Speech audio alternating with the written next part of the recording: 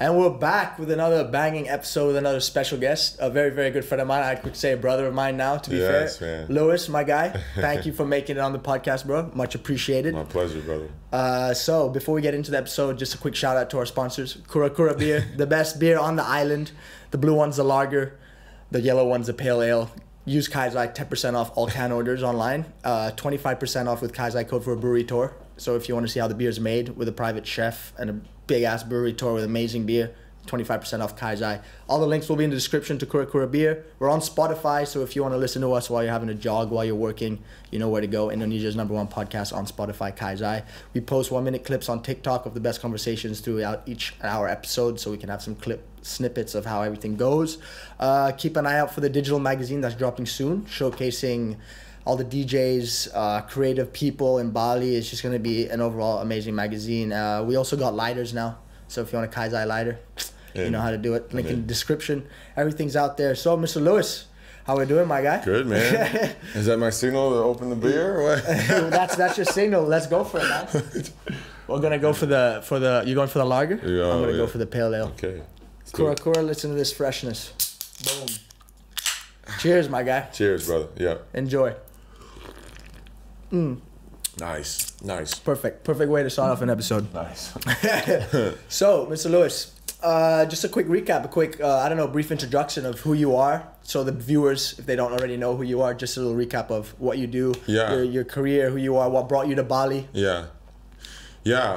So my name is Lewis, and I grew up in Colorado. I grew up in Boulder, Colorado, and I've been a basketball player pretty much my whole life. As you can tell, maybe the couches are a bit small in this episode. If you stood up, you'd definitely be able to tell. But been a basketball player my whole life. Went to UNLV in Las Vegas for college.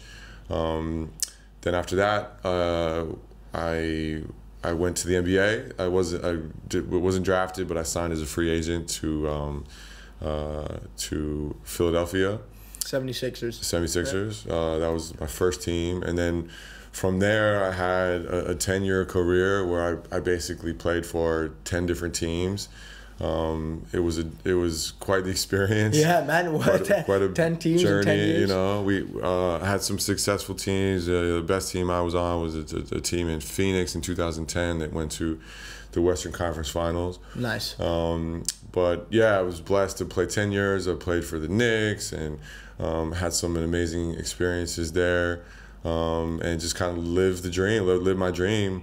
So I played my last year in Japan. And from there, I've always wanted to, I've always, been somewhat of an adventurer. So I've always been interested in traveling and going international. I hadn't really been able to do much of that with my career. So once I retired, I kind of didn't know, it was this sense of like, you're used to having all this structure and you're used to like being so focused on one thing. So I didn't have that all of a sudden. I was like, really for the first time, I was like, okay, what do you want to do? You could do anything. Yeah, all the time in the world suddenly was at your fingertips. Yeah, so it was kind of hits you, and you know it's coming. It's like wasn't a surprise. So, but at the same time, when it hits you, you're like, wow, this is crazy. And I remember just. I sold all my, most of my assets. I had a few houses that I owned. I sold all my stuff. I put all my things in storage, and actually the first thing I did was I came to Bali. Yeah. Sick, bro. Yeah.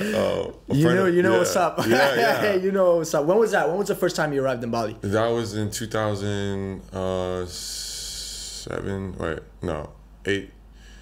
18. Okay. Yeah. So 17 or 18. Yeah. 3 years ago. Yeah, 3 years ago. And you already see the change 18. up from being here now compared to 3 years ago. Yeah. Well, it's hard. It's a little hard to tell because it's in the pandemic right now. So it's everything is shifted, but definitely more. Yeah, definitely see like the structures, more growth, everything. Building more buildings. But yeah, and it's just cool also because I'm more familiar with it, than I first was coming here, and it was just so eye-opening. Yeah. Then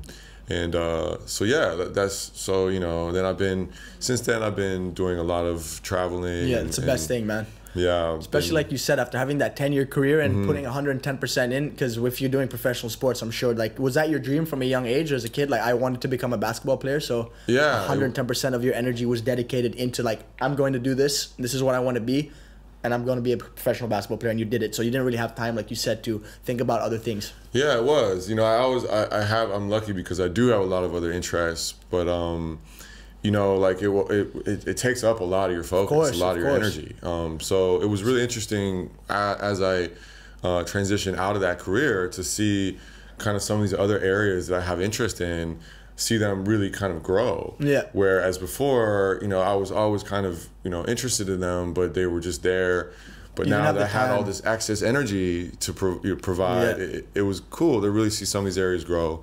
So that's been really kind of nice. Blessed. Yeah. Yeah, really even blessed, just knowing you for like how long, and I've known you a couple of weeks, like man of many talents, like I said. You got the guitar going, you got the moves on the dance floor, we play tennis together, you know, like so it must be nice to shift that momentum into other shit to progress in life. 100%. There's so much other stuff, you know, to do, and you know, a lot of my peers go back into coaching or basketball and stuff like this, and you know, I'll never say never. You know, you know, it's always has a piece of your heart, always, of course. Always, man. You know. But yeah, like there's so many other things that I'm interested in. You know, I wish I had 12 lives. You know, to like don't we all? Yeah, do all the stuff I want to do. But yeah, just you know, exciting to kind of, you know, just see what else is out there and put my hands. It's only the beginning.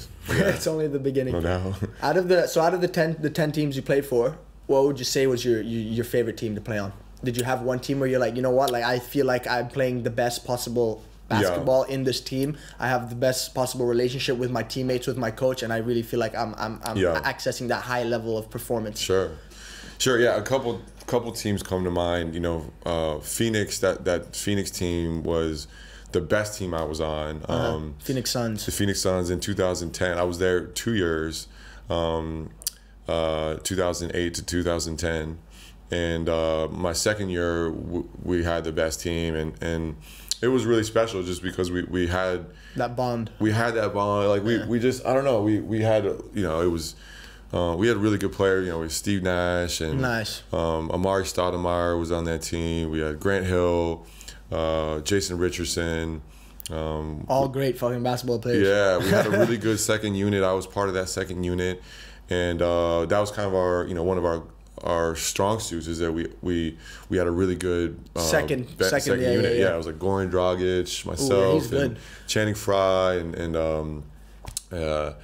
Leandro Barbosa. He's another vet. He's an OG. Yeah. Dragic played in like Miami, now? Yeah, he's in Miami. Yeah. What position did you play? Just so I played on that team. I played the 4. Okay. So I was. Did you shift position throughout each team in your career? I did a little bit because the NBA kind of it shifted, you know, how the style of play. So when I got in the league, it was kind of more traditional, and then actually that team in Phoenix, we were kind of, you know, I think in my opinion. A lot of people would agree. I think probably that's when it began to shift from more traditional to more small ball, as they call it now, where it's fast paced. You know, we switched on defense, so we employed kind of a defense where, you know, as you know, like you know, it's a lot of pick and rolls and stuff. So what we did a lot, especially on that second unit, was that we would switch all screen and rolls. Okay. So to do that, you have to have kind of like-sized guys. You gotta have specific players. Yeah. If you have a big, you know, 7-footer that can't move, it's not gonna work. Yeah. So we were kind of. We're talking to you, Shaq. No, I'm joking. No, he was actually on that team the year before. He was on that team. Yeah, and then they moved away from him. He went to Boston, and that's. But that year we didn't even make the playoffs, so we weren't very good. But you still felt like you played great ball. Yeah. I mean, that second year. That's the thing about basketball. Like the playoffs, like you can be having a crazy like pre-playoff moments as a team, but you won't make the playoffs because it's such a spread out like the league works so differently to other sports. Yeah. Like you do this whole league thing, right? So it's West and East, is it? And then the top goes through to the playoffs? The top 5? The top eight on each side. And then you go to the playoffs, and then from there you get eliminated straight away. It's like best of 4 games or 8? It's best of 7. Best of 7 games. Yeah. Okay. So fuck, man, that's tough, bro. Yeah. That's like boom, boom, boom, boom, boom. Yeah. So you gotta be like fit, man. It's another 2 months added to the season if you're there, and Yeah, it's really, you know, it's a totally different animal. I was in the playoffs, I think maybe four years throughout my career, but yeah, a couple times in Indiana, once in Phoenix, once in Philadelphia. I think that was got all it. the badges, bro. Secured them all. Yeah. So who is one of you say the best players you've ever played against, and why? Oh man, I mean, all of them. You know, I played in Cleveland. I played with LeBron. You know, I play with. It's crazy. All you know, Steve Nash, Shaquille O'Neal, Carmelo. Wow. Just all the MVPs. Played against Dirk. You know, Yeah. I played. I mean, you name it. Like all the best guys. Was there one player out of those guys you're like, fuck, like you're defending, you're like, this is not gonna happen. Like this guy's a different breed. Yeah, a couple guys. I mean, for sure. People ask me this a lot, and I always say Dirk Nowitzki was one of the toughest guys to guard. Yeah. He's an animal. He's a machine. And also big time shit talker. Oh yeah, So, he's German though. Yeah. Is he? Yeah. Makes sense. But yeah, just really tough to guard. You know, he's 7-footer. You know, Just pull up. He shoots it from behind. Yeah, his just head. like. So it's like really, he's pump fakes, all Yeah. the moves. So he's really tough. But yeah, like. There's a lot. I mean, there's so Kobe, many no? amazing players. I played with he has to Steph be. Curry. I played against Kobe. Of course, Kobe is He's a goat. Rest in peace to Kobe, one of the man. goats. Yeah, rest in peace to him. Literal legend. Mm-hmm. I was actually watching an interview with him the other day. Like that guy, like just the whole mindset of how he operated. He told himself at 13 years old, he's like, "This is what I'm gonna do. This is how I'm gonna do it. Yeah. And no one's gonna get in my way." Yeah. And he was just like, when he arrived at the Lakers at 18 years old, he was telling Shaquille O'Neal like, "Nah, man, I'm shooting these buckets. Yeah. If you want it, go get that rebound." Yeah. Like at the age of 18, you know, he Right. knew his journey and he was on that path. Right. Just fucking. Bro, there's so many stories of him and just the way he approached it, the Yeah. Mamba mentality. Exactly, man. Just an icon. Yeah. An overall icon. He is. Yeah. He is. He inspired so many of us, and that's why I think, you know, as a basketball player, you know, it was so shocking, you know, especially Yeah, for us, fuck. because he really was like, for so Your many role of model. us, he was our muse. He was our Yeah. inspiration. He was, you know, we all looked up to him, Yeah. you know, in some way. He was a guy. Yeah. It's just pure determination and work ethic, honestly, and Yeah. just pure heart of gold. Yeah. None of that fake bullshit. Yeah. He knew his purpose on life, and he wanted to make it the best possible life for everyone around him as well. Like Yeah. that guy with his family, just 100% family man. Like no bad bone in his body. Yeah. Such a shame. So yeah, Yeah, R.I.P. I to mean, the legend. There's a lot of guys. I mean, he was exceptional, but you know, there's a lot of. I mean, it really demands the best out of you, especially if you're that top guy. I mean, people don't understand like how much pressure is on these guys and how much is asked of you, and night The in and media night is trying to out. get something out of you every You know, other day. you know, and the you know, just the how much stress and strain is on you all the time to perform and to, you know, Say the right things. and act the right way. You got know, sponsors to please. like, Fuck, man. it's a lot, bro. It's easy to sit back, but when you're in those shoes, like for sure, man, that is not easy to do at all. Mm-hmm. And maintain that just high level performance of being that elite role model is just right. one of the toughest jobs in the world. Probably. It is. All eyes on you. Yeah, all eyes on you. That's right. Literally. You know?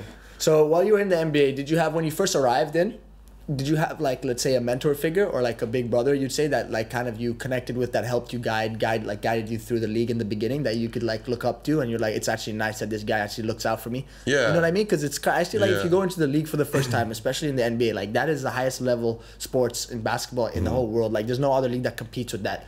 So it's gonna be obviously tough to fucking go into, you know, like mentally, physically. Was there that one person that had your back?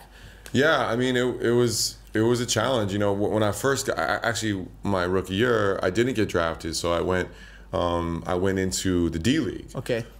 Which is like the developmental league of the NBA, and I played about half the season there. And I won the rookie of the year in the DLeague that year. Hell yeah! Cheers to that. Yeah, which is cool. So I had, you know, a lot of amazing coaches. I mean, so many people along the way.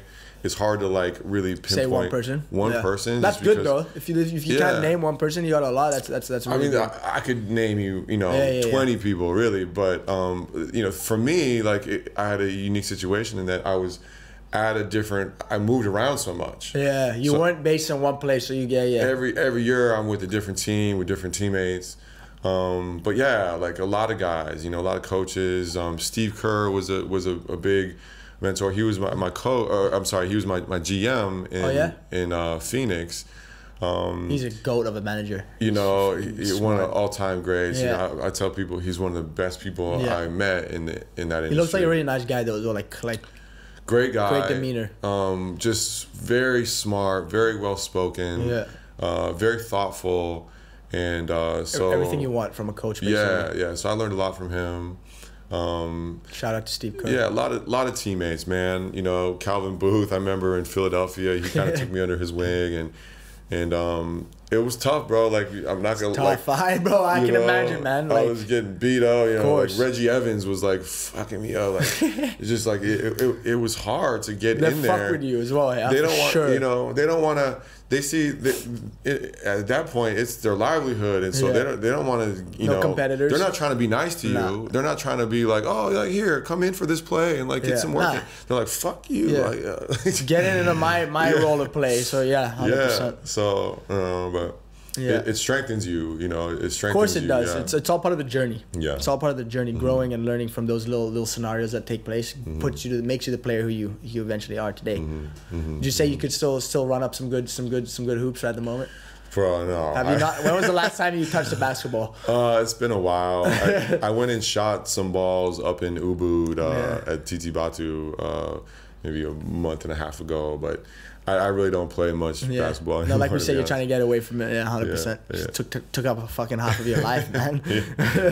How important is creating momentum in games and understanding the momentum shifts? Because in basketball, it is a back-to-back game. So how important is it to understand that while you're playing, like to get that momentum and to understand the shift of it and to like just hold that ball for an extra 2 seconds, you know? Would you say that's a key part of the game? Yeah, I mean, honestly, that was my role, you know, on every team I was on. I'm what you would call an energy player. So I would come off the bench and just work. I would do, you know, I would high energy, run the floor, rebound, block shots, putbacks, play good defense. And that was kind of my role, was to shift the energy, to shift the pace of the game. So when the starters go in there, they're kind of in a little groove. Yeah. You know, that you know, by the end of the first quarter, they're kind of, you know, they've getting in a little groove, they've gotten in a rhythm, and then some of the subs come in. And so that was kind of my role, was to come in and change that a little bit, shift it a little bit, pick up the pace, and you know, so that's kind of always how I approached it. But just really just going all out, just really going 150%. Yeah. You know? 100%. That was the aim. So did you have any major injuries at all? I was pretty lucky. Nothing major. Nothing major. I broke my finger. Oh, that always happens on basketball. Even me playing basketball just in high school, like that fucking ball on your finger. That's probably one of the worst pains. It was a knee, but yeah. It was a lot worse than that. Yeah. How many broken fingers? Just one. Just one. Yeah. So I was pretty lucky. No, like that's good. Big, you know, knee injuries or anything. I was pretty lucky. You stuck to your ice baths properly. Yeah. I was doing ice baths.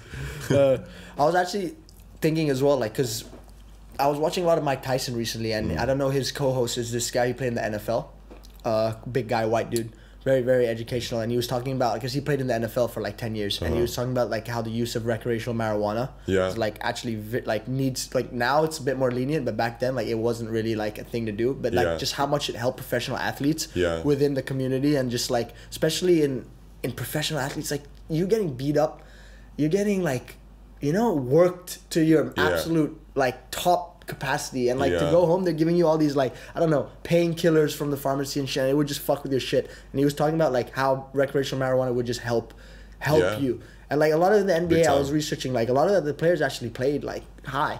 Like, back in the day, like, I mean, they actually did. It allowed them to play better. It allowed them to recover. You know, it was like it's good. So like.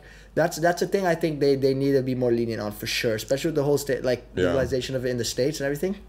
I think it's coming. I think for sure, like the NFL, I think would be wise to to legalize it. I'm not sure. I think now, they have. I think they have now, just recently. Yeah. And it's been a big thing because of these people, like these ironic figures in the game, like Mike Tyson, like these people who have just spoken about it openly, you know, like how it's just beneficial in so many ways, like.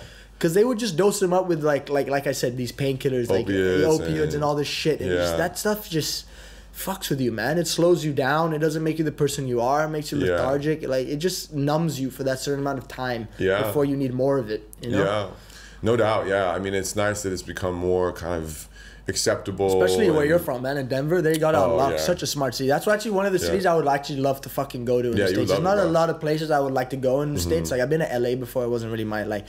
It's all right, you know, like it's an amazing city. If you know people, of course you're gonna have fun. It's fucking LA. Yeah. But like I don't know, the people are a bit up themselves. Yeah. Like everyone's trying to be somebody they're not and stuff. I was like, with Denver, with like the mushrooms and everything, and just like I don't know, the city looks like a fucking nice place to go. It's like real people there. Yeah, you know? Exactly. And so it's cool, like for sure, and really the legalization. I mean, it's always been there, but the legalization of it recreationally really changed that city. Of course, man. In some big ways. It does, and it's all for the good. It's all for the good. Yeah. Like even for tourists, no, like it would. Of course, you infiltrate more tourism into your city because of that, and that infiltrates capital. So you're just gonna grow as a city. Yeah, big time. How did you overcome mental and physical hurdles in your career? Was there specific techniques you used, or? Just like, let me define hurdles better. Like it could be, I don't know, just anything that got you with, because of being a high performance sports athlete is of course you're gonna come through a bunch of shit like the media, injuries, moving all the time. Like was there a specific technique that was like, you know what, like I'm gonna push through this, I got it, like allowed you to calm down more, or just get through there was shit? a couple things. I mean, I guess meditation maybe, or something like that. I wish I would have came to pure meditation. A lot sooner because I think that's such a big piece, and it's something that is I think invaluable in my life today. But I think that I was doing it, and what I was just calling it yoga. Yeah. so like I've done Bikram yoga for like almost 20 years. Nice. And that's. That's a form of meditation. It's not pure meditation, but it's implemented into yoga. It's a really challenging form of yoga where there's so many, it's hot and it's hard, it's difficult, and all these distractions, and it really forces you to focus in and mind over matter in that moment. And that was always something that I kind of, whatever city I would go into, it would be a different, it's hard because it would be a different city, a different team, new people to get to know, new system to learn, all new stuff. Always moving. And so, but one thing that I always kind of fell back on to kind of ground me was my yoga practice. Nice.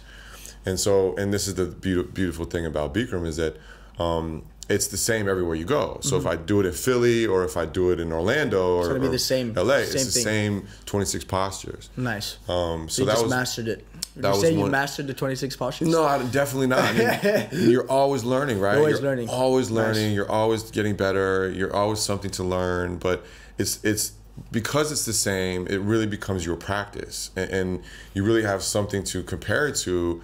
Where other forms of yoga you go in and it's a bit different and it's always changing.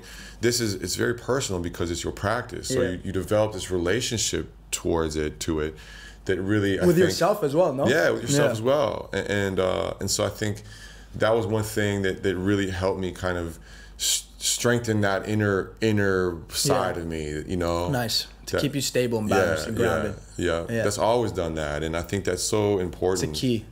Have you been to India? I haven't yet. I think you'd love India, bro.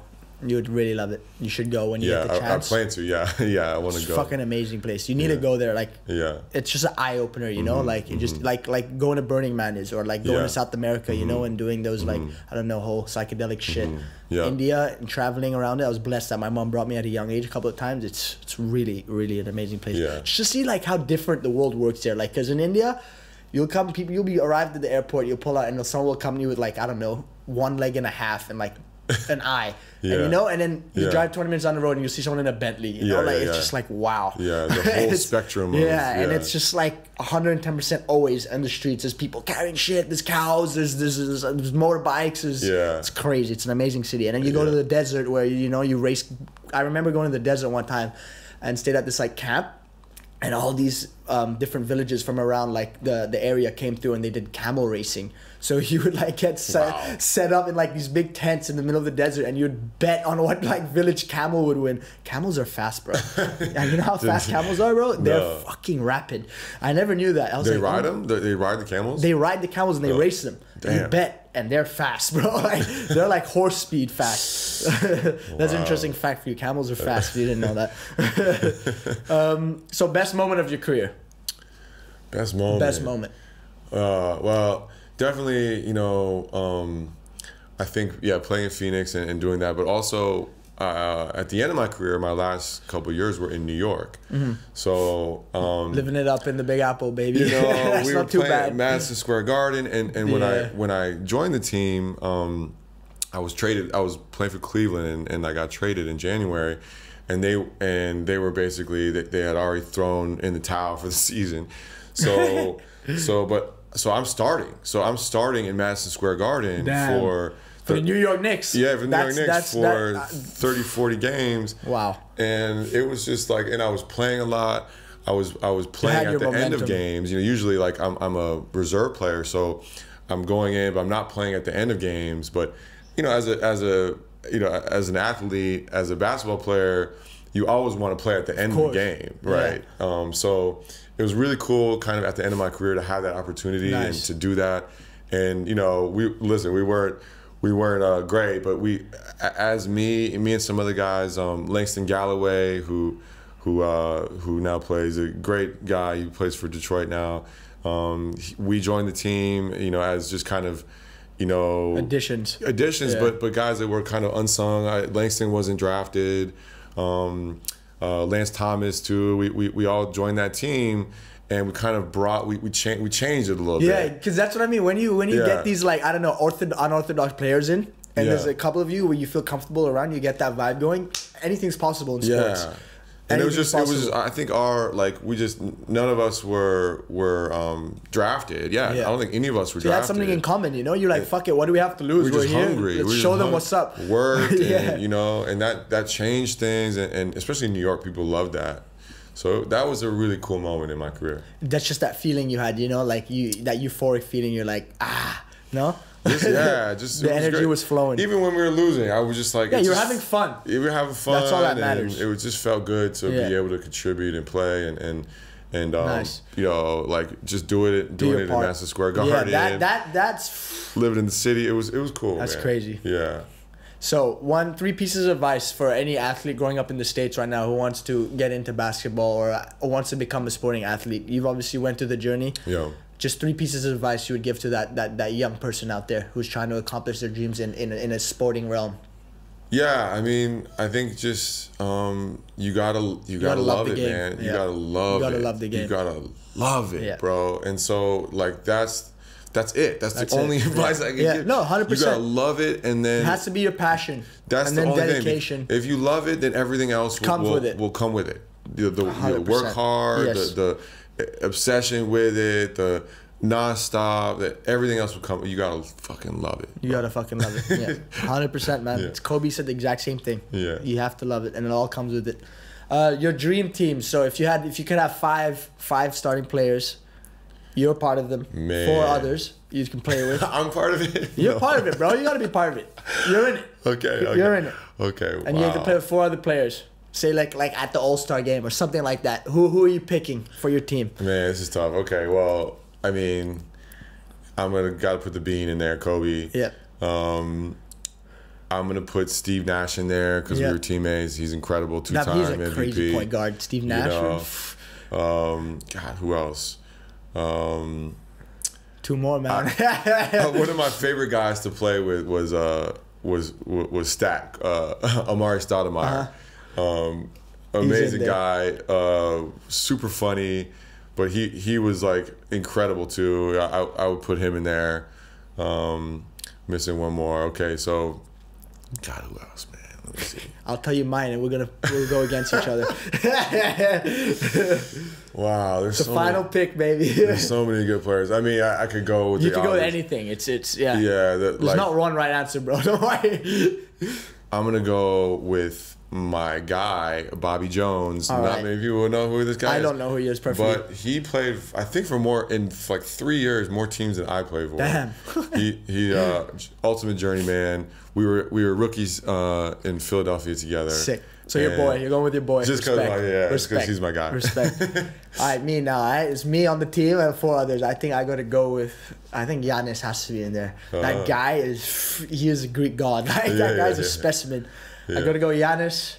They're gonna go Doncic. Oh, okay. Luka Doncic. Yeah, new era. Yeah. Guy, yeah. Luka Doncic. That's 2. I think I got to go with D Rose. D Rose, okay. He's with the Knicks now. Yeah. He's actually doing not bad. He's playing well. D Yeah, Rose back and then with the Knicks. I was in when I was in When New he was York. playing D-Rose? He was in New York Damn, too. We played sick. together. Yeah. Man, that injury that he got, he was going to be the best player, one of the best players for sure. Yeah. Before he fucked himself up. Yeah. And then the last player, who am I going with? I'll go with Russell Westbrook. Russ, yeah. He slacked off a bit recently, but I'm sorry, he's a fucking amazing basketball player. But he's that's my 5. That's a good one. That's my 5. I don't know. For me, I think this is the best era ever of basketball. The talent is talent it's is insane. out of this world. Like even this hero kid from fucking Miami. Amazing. Incredible. For a white boy like that, like he's fucking incredible. Hoops. Yeah, sick. And that team in Brooklyn, they got Kyrie and James and KD. And KD. It's like, what? The NBA's never seen anything like that. No. That firepower. No. It's It's crazy. insane. Every team has like that duo that can fuck shit up if they want to, So it's like it's balanced now. Before it was always like Golden State or Cleveland, Now it's equaled out well. Okay, shift the topic of conversation now. I've rinsed you enough with basketball. Sorry about that. Perfect. Just a quick little thought. What do you think of the current education system right now in the world? And if you could change one thing about it, what would you change? I'm not. You're not a classified teacher. I know. I don't love it. I don't love it. Yeah, I can agree with that. I think that it's remained too stagnant. Stagnant. Too old. It hasn't updated itself, and so look, it's a hard thing to do, and I get all that. I think that you pay teachers more, and you make it, you change it up. Make it. Start making it so industrialized where Yes. you can only talk when your hands up. You have to sit in lines. You have to do this. It's setting up kids and young people to work in companies and industries when it should be 100%. Like you tell me what you want to learn and here's a program, go and do it. Like I was 100%. kind of blessed to have the IB. Well, I did the IB, which is kind of like the newer system. It still has some changes to be made, but it's not that classic bam bam bam. So you did things like CAS, which is called creativity, action, and service. So you had to do like this whole portfolio of helping the community, making a change. So shit like that, If that's implemented more, I think it's just breeding the new generation of our planet to do better. I love it, It bro. all starts with education. It does. It all starts with education, man. It does. It's like with the plastic problems here in Bali. It's not because they willingly choose to fucking throw plastic in the river. Of course not. They just don't have that education. They don't know if I put this plastic bag in the river, for them it's gone. They don't see it, it's disappeared. Yeah. They don't know it's gonna get stuck in the fucking ocean, blah blah blah blah blah. Right. But if you just implement education from the beginning, just I don't know, little changes like you said, I think needs to be done. I think COVID actually might help with that because now the kids are they even at school at the moment? What's happening with that? Or are we gonna get a really, really fucked up generation after this COVID who have people who are just well, this is actually one of the things I wanted to talk to you about because it is a really an issue that I am very passionate about, and I think that there is gonna be a fucked up generation. And I think that 100%. It's already here. It's already here, but But what I wanted to say to you is that I see because you're like the next generation after that, and I'm really happy that I think, what I hope for is that there was just one fucked up generation that got really sucked in to social media and to the to all this shit, and then the generation after, which is yours, will recognize and be like, nope, nah, we ain't going down that route. That's your route to take. We're gonna learn from this and not fuck and up. have a head on your shoulders. And bro, I have to, you know, give you some compliments here. Like, I've never met a 20-year-old that is, you know, that is this, has this head on his shoulders. Thank you, know, bro. I appreciate it. Thank you so really much. Is, you Means know, a lot. is thinking these things and has the awareness that you do. And it really, it reinstalls my faith in what this next generation. Prophet Kai over you know, here. It really, you know, it does. Thank you, though, man. It means a lot. I appreciate it. Coming from someone like you, thank you so much. So yeah, it's only the beginning. It really, the empire's being built, my guy. Trust me. And once the empire is built, changes will be made. That's for sure. I'm here to take over. So yeah, what are we moving on to here? If you could play one instrument to the best of your ability for the rest of your life, what would it be? Oh man, well, we had this conversation, but I think it's interesting for the viewers. I play guitar. I play piano a little bit, but if I had to choose one, I would play the piano. Yeah. I think it's just such a majestic, such a dope. Little quick story. We were at a party together in Ubud, and I was actually outside sitting in like the lobby of this hotel, having a conversation with another homie of ours. And all of a sudden, like, this is a techno party, you know, but all of a sudden I just hear this majestic piano player. I'm like, what the fuck is this? Like, majestically, like, well-played. And it's this guy. just banging out the piano. Yeah. Great piano player. I need to learn more instruments, man. Like, I remember my mom telling me when I was young, like, I play drums, I play the guitar, but you just hop out of that shit, you know? You get distracted. Well, it's never too late. It's never too late. It's true, man. It's very, very true. You know? It's very, very true. I need to get back into doing that. The more things you know, the better it is, man. You got to be equipped in life. You got to get that utility belt. Yeah, true. Yeah. Yep. What are some of your favorite books you have read, and if you could recommend any to the viewers? Yeah, of course. Let's see. Well, I recommended one to you. Yep. One of my favorite books. Yeah. I have that on my cart ready to go. Tennis book. Andre Agassi's autobiography called Open. Yeah. It's actually, you know, I mean, not just because I'm a tennis, you know, play tennis, but it's an amazing book. Like I recommend it to anyone, even if they don't play tennis. Yeah, that's an amazing one. What else? You know, like there's, you know, I recently I reread The Power of Now, which is amazing. You know, that's a. It's always good to reread books, man. People forget, like the power of rereading a book is insane. Yeah, no, that's why I said I reread it and I was like, okay, this thing. Okay, I didn't read it right the first time. Yeah, this thing is good. Straight up. I recommended a book to Brandon the other day that I saw. Actually, when I was with you, it was up at the Uluwatu Surf Villas. It's a book called Deep. Yeah. It's about free diving. And it talks about marine life, and it talks about, you know, kind of the history of. It's just really interesting book. There's so many books out there, man. You can't, like, it's too many. Yeah, there's so many. Like right now, I'm like reading like two at the moment. Like I read two at once. I read one which is like more educational based, business based, and I read one which is more like, I don't know, social based. Yeah, you know. Totally. That's how I balance it. I've been reading. So lately, I've been getting into more. Usually, I'm reading nonfiction, but lately, I've been getting into some fiction, into some short story fiction. Yeah. Which I love. And so there's this guy named Ted Chiang who I've been reading. He does really interesting short stories, and they're kind of like sci-fi meets like philosophy. Nice. So that's a good little mix, to be fair. Bro, it's really it's really cool. So he takes kind of these kind of futuristic concepts and stories, and through that they're kind of like Black Mirror in a way. Oh, Black Mirror is insane. Yeah, I remember when that came out, like 2 years ago. Look at how accurate it is now, bro. Yeah. It's actually fucked. It's like that thing with The Simpsons, you know? Like that, the owner, I don't know if I forgot his name, but whoever wrote The Simpsons, that guy is a time traveler. It's confirmed. No, like, confirmed. It's confirmed. Like the whole thing with Trump, the whole thing with 9/11, the whole thing with, like, I don't know, the three-eyed fish. Like, if you watch that shit, like, what the fuck? It's weird. Oh, I watched it, bro. Yeah. Every day at 5 o'clock. Every day. It's just more reasons to not believe the government, man. More reasons to not believe the government. But yeah, we play tennis. We're gonna play more. We're gonna play more. You need to come back on that little win I got on you. Dude, I'm joking. Amazing. I'm just happy to play. Who do you think's gonna win the Australian Open? Man, I don't know. Dude, Djokovic is looking good, bro. Joker's always the threat. You know. He loves Aussie Open as well. He plays at his high level. Yeah, he's always a threat. That Zverev guy from Germany. Zverev, I'm not huge on him. I like Medvedev. Yeah, Medvedev. I like Dominic Thiem, of course. Nadal rinsed his opponent yesterday. Yeah. It's going to be a good... The quality of tennis being played at the moment, it's high. High level. It's very high. Sinner, unfortunately, lost young he man, which lost, is fucking really, really, but really he's good. the next gen. He's the next gen, he's the real fucking my next gen. age. Like, even younger, maybe. Zverev is just a stand-in for fucking this guy. Straight up. Kyrgios came back and won for once instead of smashing his racket and calling it a game, which is good to see. Yeah. Okay, moving on and shifting. We're going more deep here, Lewis. Let's do it. What do you think happens to you when you die on this planet?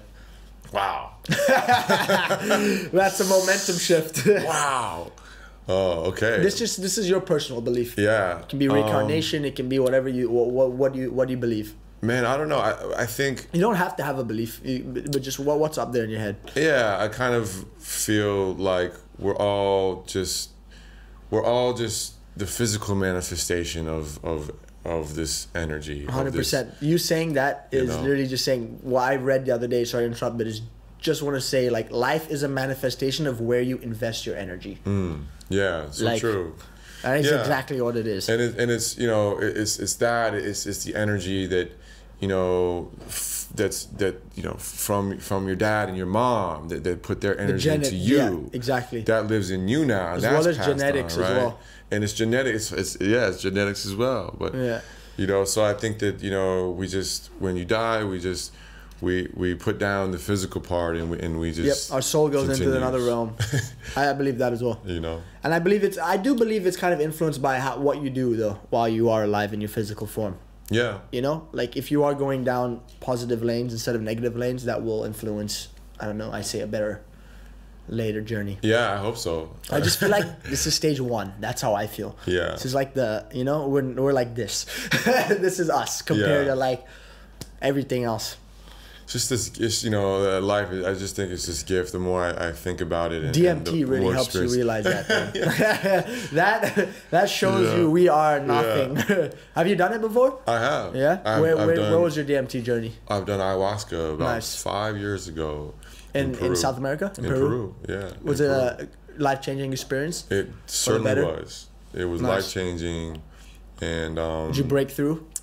Yeah, I mean, certainly, I think that a lot of the things that the path that I was on were just kind of confirmed to me in a real way. But I think when you have an experience, that really changes. It's one thing to think of something and know about it and understand it intellectually or conceptually, but when you actually have an experience of it, it really solidifies it for you. Exactly. Your belief is it's no more if and whatnot. It really changes you in a way that it gives you something more. Gives you clarity.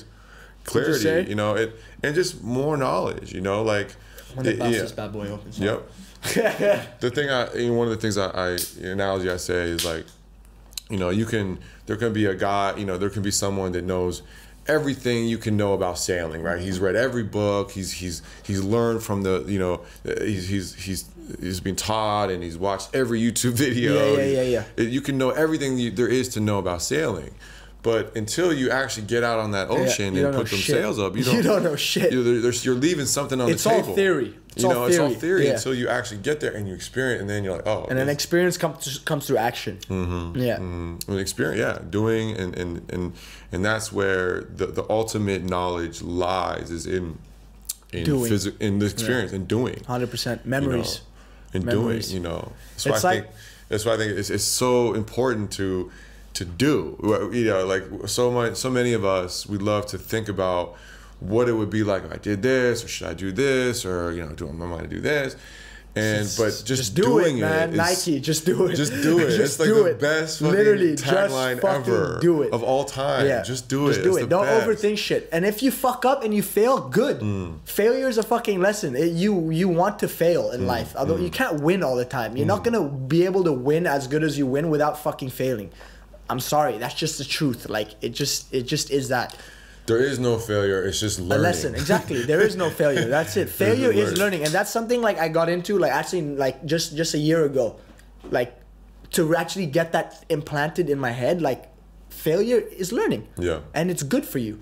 And you're gonna grow from this. You're gonna take the good. You're gonna take the bad, and and if you fail again, good. You learn even more. Perfect. Yeah. Keep going. Yeah. But with the whole energy thing, I actually read something like a person who I look up to as an icon is Nikola Tesla. Like just with the whole thing that's happening with like, I don't know, the actual Tesla company and Elon Musk is kind of funny to me. This is just like how he's doing all this like free electricity, electric cars, and he's calling it Tesla when Tesla actually provided the world with free energy through the pyramids and all this. It's all energy. It's all energy. What he said is like Tesla said feeling is emotion, and emotion is energy, and energy is magnetic. Think on the terms of energy, frequency and vibration in order to access the secrets of the universe. Once you tune in and match your frequency, you get your harmony. Yes. And then once you get that, anything is possible. Yes. So all it is tuning into that frequency you want to get or you want to be a part of. And once you tune into that, manifestation's there. Your harmony is there, and you're gonna attract what you want. So that's the law of attraction. That's right. Yeah. That's what I mean. You got it, bro. I mean, that's really what it is. It's really but a lot of more aligning people yourself. need to know that, like, because everyone's, what's giving our frequency down, and it's all distraction, and it's all coming from this. And this, the technology state we live in, and the technocratic agenda shift our world is going through, doesn't allow us to. Okay, we're focused, right? Okay, my aim is to do this. I want to focus on this. Ding. Yeah. My focus is gone. Yep. Like that. Yep. And it's gone. And you don't tune in. This makes your frequency lower. That's right. So it doesn't allow you to tune into where you need to be and do what you got to do. That's right. So many ways. I mean, you totally, bro. Yeah. I think, as you say, I mean, it really disrupts. The other thing I tell people that I notice is that the phone, it disrupts this natural idle time that we have throughout our days, where this is these are really sacred times. These are the times when you check into yourself. Exactly, and you learn where you really come and if you're not checked in, if you're not aware of that, it's going to be harder for you to align, and then it's going to be harder for you to manifest. Exactly. So like you told me this, and it actually was something really, really, really nice to hear. Like that, you said perfectly. It's that time alone where you're just, I don't know, staring at the wall or staring at the planet, daydreaming, is when you're going into your own thoughts, processing everything. Yes. 100%, man. Yeah. Connecting with that inner intuition, self, that inner spirit, that inner voice. Yep. That inner strength is there in all of us. Exactly. And it's in those idle moments, in those quiet times, that it really, you can, that's when it shines through. And so that's why meditation is key, I think, because that really allows you to tune in properly and get that Zen moment. Yeah. And then when you have that, and then when you have those idle moments, that's when the more you practice, the more that it shines through in those moments. And the more you become aligned, the more you become connected. Right? Exactly. Like writing shit down. Like I said this in previous episodes, they're probably over it, but just having a notebook and just writing like your thoughts or what you want to achieve is insane. The power that comes from that, like I only just realized this like from a year ago. Just things I want to come my way, and it's happened. Just from putting it out there and writing it down and believing. That's right. Tuning into that frequency. That's right, brother. If you could have dinner with any 3 people in the world, dead or alive, who would it be? Man, maybe the Buddha. You got a Buddha. Hey, take it, man. Yeah. He's free after 7, though. I got him till 7. He's a vegan dinner, Him. Wow. Like, who else, man? It's a tough question. I know. It is a tough question, bro. Like, I'm tempted to go for like people that are like. That is impossible, like in the past, Dude, it can be anyone you want. Okay, Buddha, Jesus. You're going down that prophet. Muhammad. Yeah. See, me, I would go for like, I've said it before, but I'm changing it up a bit. I would do like Bob Marley. Sick. It's one for sure. Bob Marley. I think I have to do fucking Biggie or Tupac. Like, sick. I just have to. Yeah. Like, if those guys were still alive, I'm telling you now, like, our world would be a different place. That's for sure. Sick. And then, the third one would be Nikola Tesla, 100%. Yeah. Just, that guy is a magician. That guy was not human. There's no way. Yeah. And he got fucked by the corporations, which what they're all doing now. Yeah. If you could change one thing about the current state of our planet, what would it be and why? I got to go back to this obsession with technology, and I really think that I hope that we realize what's happening and we self-correct, because I think the potential for this to really, it can change things. It doesn't happen. It can happen so quickly. Like in one generation, we can. I think so. It can be lost. It can be lost, and it's happening right now. It's the most pivotal moment right now. It's pivotal. It's fragile, and really, we this is going to dictate how humanity goes forward. 100%. And what free will is. This whole COVID thing, in my opinion, is just a distraction for them to make the shift into the technocratic state. Yeah, it just is. With this whole thing with cryptocurrencies, like, yeah, okay, I love cryptocurrencies. I've been in it for 4 years, like.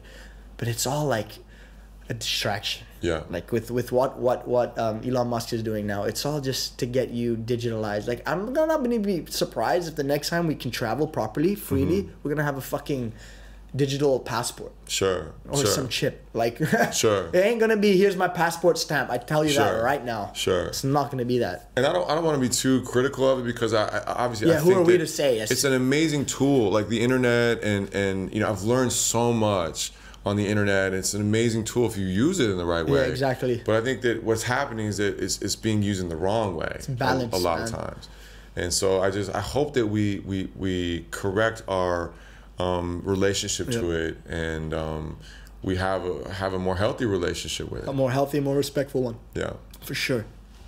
To what extent do you truly believe in trusting your intuition? Would you say because you can't be 100% intuition. Right. That's not going to work out. I'm sorry, it just isn't. That's my answer. Is, I love, of course, I think intuition is really important, but shit, my intuition's been wrong. Of course. And no one's intuition my is always intuition's been wrong. It just comes in those moments where you need it the most. That's where I think you should really trust it. You got to listen to it, but also you need to temper it with a good amount of of critical thinking, of discernment, of being able to, you need to have that balance of those things. Yeah. So that's what I would say. I agree with you, 100%. Another amazing quote, actually, we could talk about from Kobe is, the world becomes your library to help improve your craft. So once you get your momentum going, the world is your library. And you pick things from different places and different shells, and you implement it into your craft, whatever that is. If that's playing basketball, if that's editing videos, if that's, I don't know, running down the beach, whatever it is. But you pull things from everywhere. Like what I got taught from a young age is, no matter who the person is, everyone has good and everyone has bad. You just have to take the good from everyone and learn from that, because no one's perfect. Yeah. And you can learn something from someone all the time, no matter who they are. They can be the worst person in the world, but they're gonna have something you can take. To learn exactly. From. Yeah. So you gotta There's so many inspiring people and amazing people. Like, we were talking about this the other night. Like, some of the stories that I hear, like movies can't even come up with this stuff. Yeah. Like real life is so much like unpredictable and amazing and just perfect. It's perfect. Yeah. It just flows. It's like 100%. So much to learn, and if you're in tune with that and you have that approach to just be like, I'm just gonna go with the flow. Sometimes that's what you gotta do, man.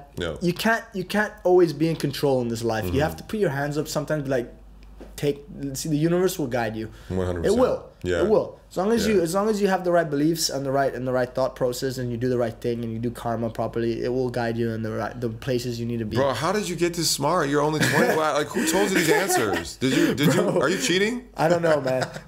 I'll slide you the book after the podcast. You can PayPal me. Did someone give you the answers? Like, did you bro? I don't know, man. Old soul, I guess. quick fire question round to end things off. Oh man, smooth sailing. Okay, one place you need to visit before you die.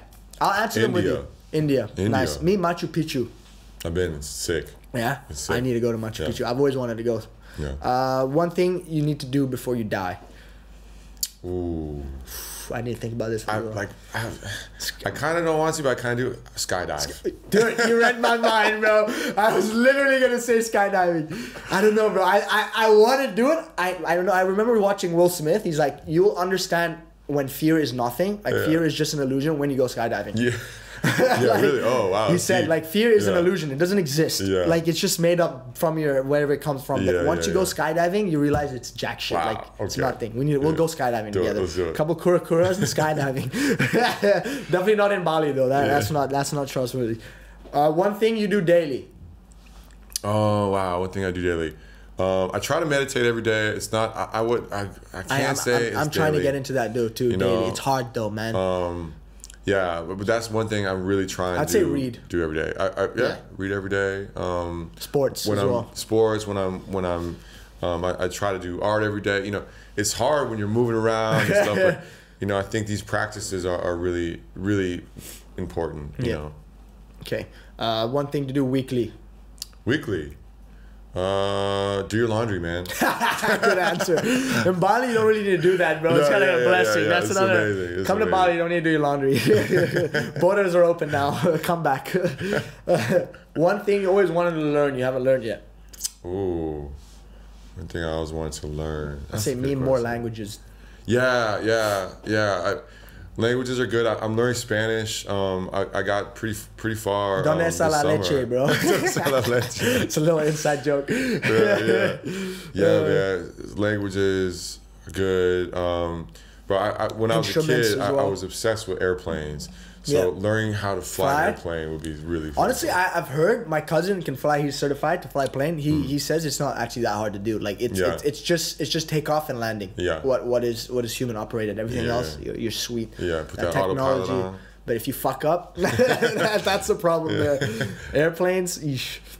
All right, I think we're good on time, bro. I think we could go for another 2 hours, honestly, man. Really, yeah. But it was amazing, bro. It was amazing, bro. Thank you so much for your time. I really appreciate it, bro. We'll get you on again soon whenever you come back from the trip, or you're gonna be in Bali for a while. No, I'm game. Let's do it. We can talk about some other stuff. We'll do it. Let's do it. It was a pleasure. Quick shout out to Genesis Studio. If you guys want to come to a creative hub in Canggu and do art, do filming, do photo shoots, film a podcast. Well, I'm already doing that, so don't come here now. I'm joking. My studio is being built. Genesis at Tomorrow Gallery in Canggu. The links will be in the description. Shout out to them. Shout out to Kura Beer. Use the code KAIZAI, 10% off all can orders. And I just want to say thank you for the recent support, all the likes, comments, and fucking you sharing everything on Instagram and YouTube. It's a blessing. It's only the beginning. Thank you so much. And thank you to you, Lewis. Appreciate it, my guy. Thank you. All the best, man. Yeah. Like, comment, and subscribe. I'll see you guys later. Peace. Peace. Sweet, bro. Well done.